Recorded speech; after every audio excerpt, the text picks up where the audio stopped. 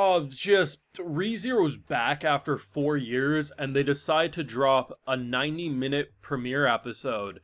And when you get an episode that's that long with ReZero, you know we're getting a death. We're getting a death. Maybe it's because it's been 4 years. Maybe it's because it's the first thing ReZero I've touched in a hot minute. But that's gotta be one of the worst deaths, man. Not in terms of pure physical pain, that probably was one of the most instant deaths Subaru's experienced. But it's the fact that the Archbishop of Wrath comes in. Drags in this little boy. Now here's the thing, up until the eyes started glowing, I didn't clue into the fact that they were being brainwashed. But the idea that collectively having a whole ass group be brainwashed, to the point that this crazy mofo, and you knew I had to make the joke, why so serious given her name is Sirius, has this little boy, I think she said he's like 9 years old, chained up, and you knew he was getting dropped. And when he hit the ground, the collective crowd popped as well. On one hand, great checkpoint, I have to admit. Well, then again, might not be as great of a checkpoint as I think, because it is a little too close, and maybe there's gonna be quite a few of those moments. But ReZero's back, and it's better than ever. I have full live reactions over on Patreon, where you can see my full and get thoughts to all of these episodes. It's gonna be over there exclusively. For those who don't know, this is going to be a very long season. Now, it's not going to run consecutive, so the rumors and leaks basically say that I think part 1's going to be something like 8 episodes, and then we take a couple month break, get another 8 episodes, take a couple month break, and then I think get like 22 episodes. It's something like that. So overall, it's supposed to be like a 38 episode season for both arcs 5 and 6. But they're just not going to run completely back-to-back. There's going to be a little buffer room, which is fantastic. All I've heard about 5 and 6 is that it's better than anything that's come before. And as someone who thinks so far ReZero has increased in quality, that's a great sign of things to come. I will say, once again, could be recency bias, but given the flashbacks that they did show in this episode, I think this is looking better than what Season 2 looked like. And if anything, it kind of reminds me closer to Season 1's animation quality, which honestly, I think I'd probably give the edge to. Very good sign of things to come. And I think, well, even though you know something big's going to happen, if they're giving you a 90-minute premiere, which is essentially 4 episodes worth of ReZero content, I mean, you know you're getting something big at the end. But here's the thing. Had you aired this in over a course of a month, so say we got normal 20, well, here's the thing with ReZero, the episodes are longer than your traditional episodes. They always run like an extra 5 or 10 minutes more often than not. So say you ran this for 4 weeks, right? I think the diehard ReZero fans would not be complaining about how you would break up the flow with 4 episodes. I would have been just fine, 100%. But I think for the overall masses, they would have been like, oh man, you made us wait 4 years and it's just kind of slice of life. They're going to this, they're going to that. But by having a full-ass, literally a movie, we had ReZero the movie to return to. It immediately just lets you remember. It doesn't, like, here's the thing. I haven't watched Season 2 since it ended. And that's going to be a lot of ReZero fans.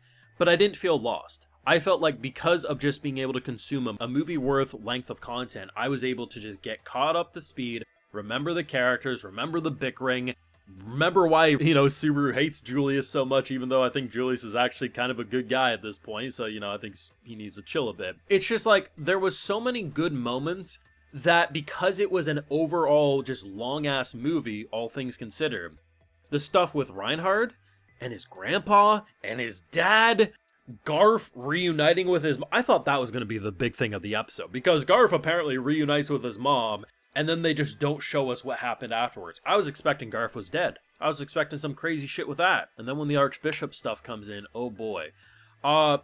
There's a lot of small stuff I want to talk about, but the Archbishop is the main attraction. Creepy character, and it confused me. And in hindsight, like I said, I should have seen this coming. Now, at first, I kind of just chalked it up to a lot of them thought she wasn't serious, right? And no pun intended there. They legitimately were like, okay, she's claiming to be a witch.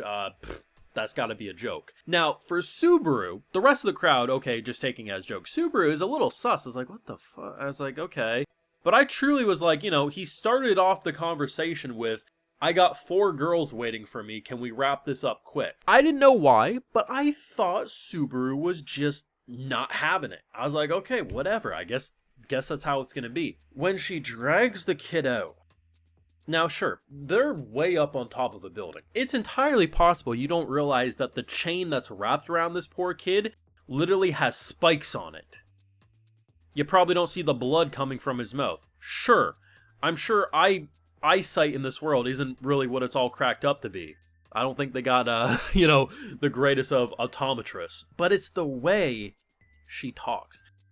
As soon as you see that head tilt, I'm like, oh man, no, not the head tilt. The ReZero head tilt, shit's about to go down. But for whatever reason, I don't know if it was because I was under this bitch's spell, but it's the fact that once you see their eyes glowing, you're like, oh shit, that's why they're playing along. Whatever she was doing, she gets them under their spell, this type of hypnosis. And I wasn't sure what it was going to be. I figured everyone was going to die. I just wasn't sure what it was going to be. I figured when the kids splattered, they would snap too and just have a horrifying reaction. Nope.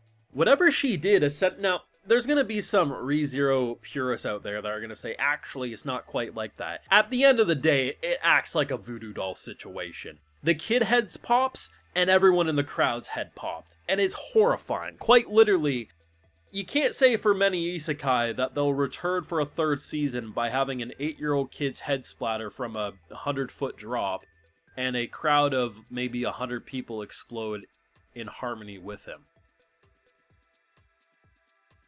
Subaru almost forgot what it is to be suffering, but this episode reminded him of it. Now, the checkpoint's an interesting thing because it's actually pretty close to where that happened.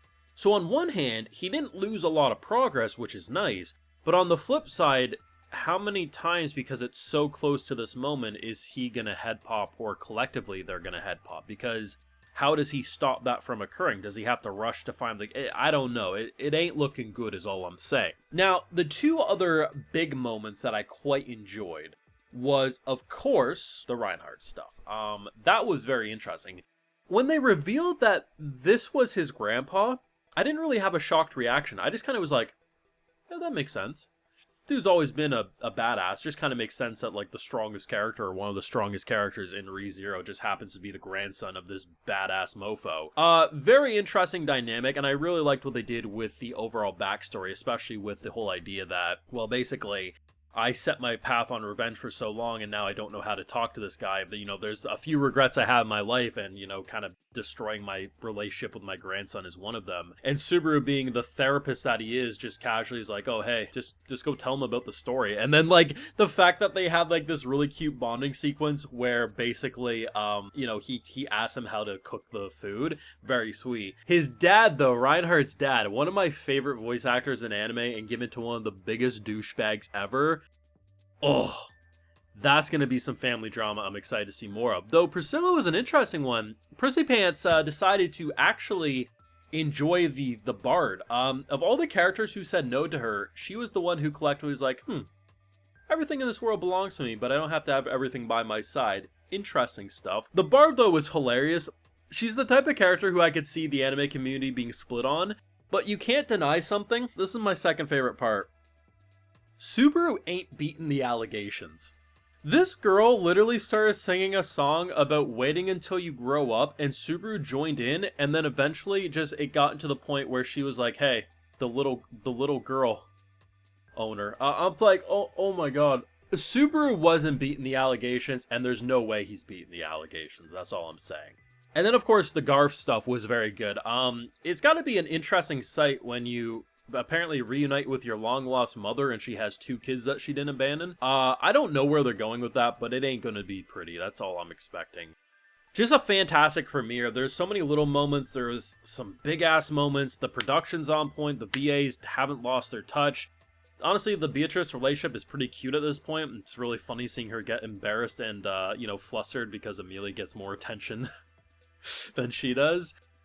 Oh, it's good to be back, man, and this season's gonna be absolutely fire. Let me know what you thought of this week's episode down below. Leave a like if you enjoyed, subscribe if you're new, and of course ring that bell. And like I mentioned, we have full live reactions over on Patreon, and hey, while you're over there, also give you a video shout out. Alright, so today we got Andy, Miles Gray, Anime Fan 2019, Fat Nuggies, Verdi, Guy Palace, Cherbo Carcris, and we also have Austin Burnett. So I appreciate the support, everyone. Please take care, and you all have a good one.